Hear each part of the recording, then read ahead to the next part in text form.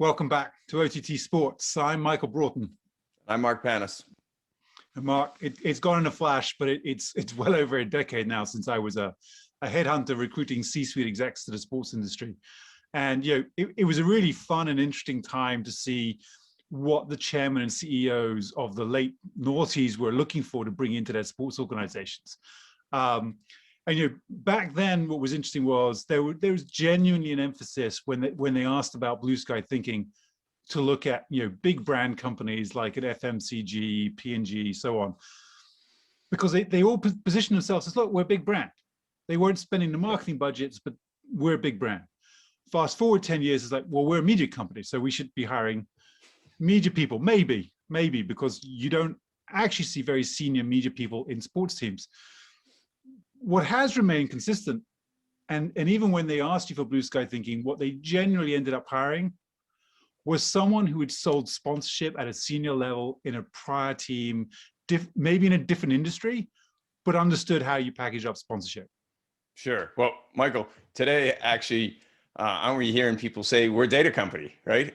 Which at the end of the day, they're still playing a game with a prescribed number of athletes on a very rigid calendar, wrapped inside a big media deal, right? So at the league level, they're certainly hiring media people. I think they're hiring the right people, depending on the league, obviously, but the more sophisticated leagues. And you've even seen some crossover where they're dipping in and hiring people from, the FANGs, the Facebooks, Apples, Amazons, Netflix, and Googles to really bring themselves a more sophisticated level. But at the club level in North America, outside of the NFL, you do get to sell your local rights, typically to an RSN, and you'll have your intermarket rights within 75 miles of your stadium. Those are your most valuable. Then you'll have your outer markets, 150 or more miles where your revenue splitting with the league.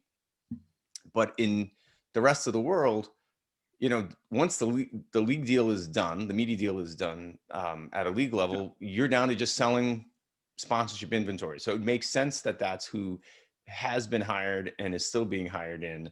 But I got to tell you, it is comforting and it does sound great that the positioning changes on the sales PowerPoints over time, depending on whatever era we're in, brand, media, and now heading into data.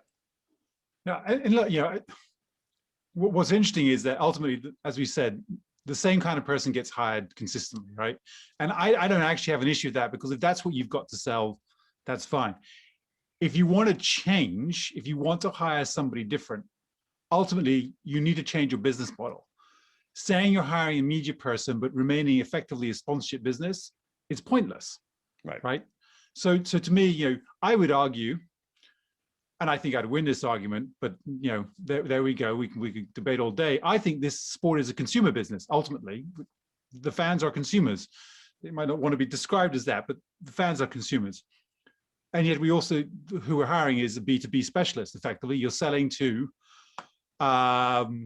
AIG, a Ford, a Chevrolet, someone like that. So, it is a unique kind of person that we've been hiring in the industry. I think in order for us to make changes at who we hire and to think about what you want to hire for, where you want to be in 18 to 24 months, you need to change either your recruiter, your executive management program, whatever it is you're trying to achieve, that's what you need to hire for in the next 18 to 24 months.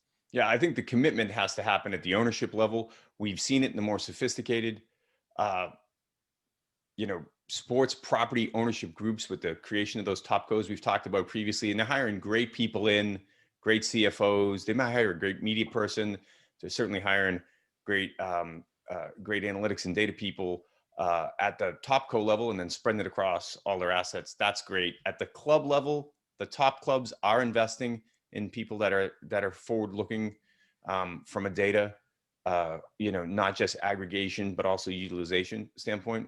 But most clubs aren't investing in that at all at this stage.